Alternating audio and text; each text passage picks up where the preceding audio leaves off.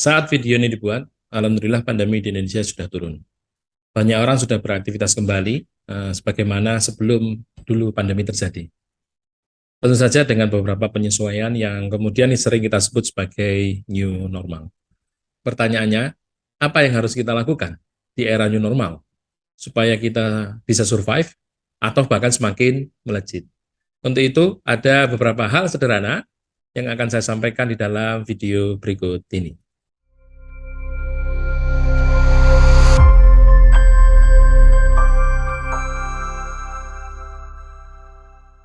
Assalamualaikum warahmatullahi wabarakatuh. Para pembelajar sekalian, bertemu kembali dengan saya Eko Andi Suryo. Kali ini kita akan membahas bagaimana sikap kita menghadapi dunia yang sangat dinamis, terutama setelah pandemi, kita memasuki era new normal. Apa saja hal-hal yang perlu kita lakukan supaya kemudian kita bisa survive, bahkan bisa melejit. Saya teringat dengan pesan Rupert Murdoch, pendiri 21st Century Fox. Beliau pernah mengatakan seperti ini, "The world is changing very fast. Big will not beat small anymore. It will be the fast beating the slow." Menurut beliau, era saat ini adalah era kecepatan, di mana kecepatan itu menentukan apakah seseorang itu bisa memenangkan kompetisi atau tidak. Bukan hanya sekedar besar. Bahkan bisa jadi yang besar akan bisa dikalahkan yang kecil, karena yang kecil ini lebih cepat. Banyak yang kemudian sudah kita ketahui dari beberapa perusahaan baru yang muncul di era-era sekarang. Contohnya adalah perusahaan Airbnb. Ini adalah perusahaan akomodasi yang menyediakan seperti hotel begitu untuk customer dari berbagai penjuru dunia. Yang menarik adalah perusahaan ini tidak memiliki hotel satupun, tetapi dia membangun jaringan dengan hotel-hotel yang ada. Perusahaan yang kedua, Netflix. Ini adalah perusahaan yang kemudian menyediakan layanan nonton film.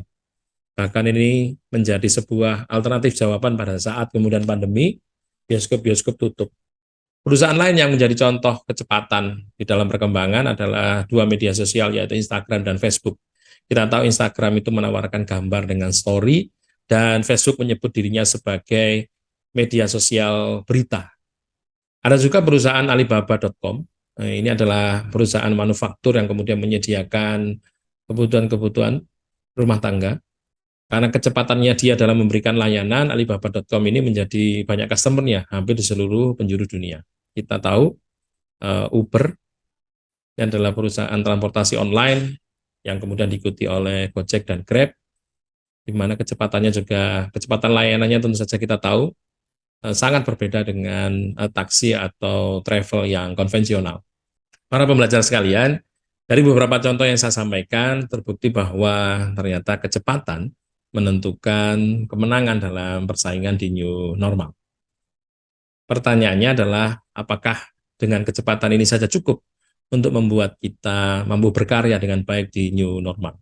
Bukankah kemudian situasi di new normal ini sangat tidak bisa diprediksi, sangat dinamis? Lalu apa yang harus kita lakukan? Karena bisa saja kita cepat, tapi tidak tepat. Oleh karena itu, saya teringat pesan kedua yang disampaikan oleh Stephen Covey dalam konteks merespon dari dunia yang sangat dinamis saat ini. Stephen Covey mengatakan begini, ada tiga hal yang pasti di dunia ini. Pertama, kepastian bahwa perubahan itu akan selalu ada. Kedua, kepastian bahwa kita selalu memiliki pilihan. Yang ketiga, kepastian bahwa dalam kehidupan ini ada prinsip-prinsip yang bekerja. Luar biasa. Pendapat ini sangat menarik karena bertolak belakang dengan pendapat orang bahwa dunia yang sangat dinamis semuanya berubah. Stephen Covey bilang ada tiga hal kepastian.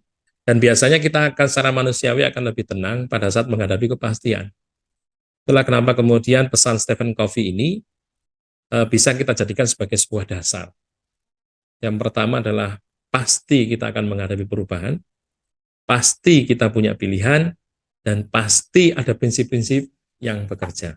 Saya punya sebuah metafora yang menarik untuk menggambarkan saat menghadapi tantangan, saat menghadapi dunia yang sangat dinamis. Bayangkan Anda mendapatkan tugas dari atasan Anda untuk menuju ke suatu tempat. Karena tempatnya jauh, maka Anda harus naik mobil. Nah, di tengah perjalanan, Anda kemudian menghadapi situasi yang tergambar seperti slide berikut ini. Jalan yang ada di depan Anda itu jalan yang rusak, jalan mirip off-road, yang penuh dengan lumpur. Maka mau tidak mau Anda terpaksa untuk berhenti, dan kemudian merenung. Apa yang harus saya lakukan? Anda harus menuju ke lokasi yang ada di depan sana. Tetapi satu-satunya jalan yang bisa ditempuh adalah yang ada di depan ini. Maka di dalam perundangan itu sebenarnya kita punya pilihan, Anda punya pilihan. Pilihan yang pertama adalah tentu saja menunggu jalan itu diaspal oleh orang lain, oleh pemerintah. Pilihan pertama ini tentu saja membutuhkan waktu yang lama, karena menunggu pemerintah untuk menjalankan program ini. Dan pilihan satu ini tentu saja adalah pilihan yang tergantung dari usaha orang lain. Tidak bisa Anda kontrol. Dan Anda hanya bisa pasif untuk menunggu. Pilihan yang kedua, Anda bisa meningkatkan kapasitas kendaraan Anda. Anda bisa tingkatkan mesinnya, Anda bisa tingkatkan bannya dibesarkan, kemudian shockbreaker-nya dikuatkan, sehingga pada saat kemudian mobil ini dipakai, hampir semua medan bisa dilalui. Apakah yang off-road, apakah yang berbatu, berpasir, semuanya bisa dihadapi oleh mobil seperti ini. Ini kita sebut dengan meningkatkan kapasitas kendaraan kita. Nah, pilihan kedua ini ibaratnya mobil itu adalah kita. Maka kita upgrade diri kita sehingga apapun jalan yang ada di depan, apapun kondisi yang ada di depan, kita bisa mengatasinya. Dan ini ada dalam rentang kendali kita, tanpa menunggu orang lain. Dan bisa kita lakukan saat ini juga. Nah, para pembelajar sekalian, masalahnya seringkali kita itu melakukan pilihan yang ketiga. Pilihan ketiga yaitu nekat. Mobil tetap kita jalankan, tetapi mobilnya tidak kita upgrade, kapasitasnya tidak kita perbesar. Apa yang terjadi? Mobil kita kemudian rusak di jalan yang off-road tersebut. Penumpangnya sakit semua, bannya juga rusak dan terpaksa kita berhenti cukup lama untuk memperbaiki kendaraan itu atau bahkan mungkin mengganti dengan mobil yang baru. Nah, kondisi ini sama dengan kita kalau kemudian kita menghadapi situasi yang dinamis, tantangan yang muncul di depan kita, tetapi hanya bondo nekat saja, tanpa meningkatkan kapasitas diri kita, tanpa meningkatkan ilmu kita, maka yang terjadi adalah kita akan sakit semua. Kita akan cenderung mengalami kegagalan dan bahkan mungkin kita akan berpeluang untuk menyerah. Oleh karena itu, tingkatkan kapasitas diri kita. Maka pada saat kita memahami prinsip ini, kita menjadi tidak mudah kecewa. Karena kita sudah menyiapkan diri bahwa nanti kenyataannya itu kadang tidak sesuai dengan harapan kita, tidak sesuai dengan perencanaan kita. Sehingga secara mental kita sudah menyiapkan dengan lebih baik.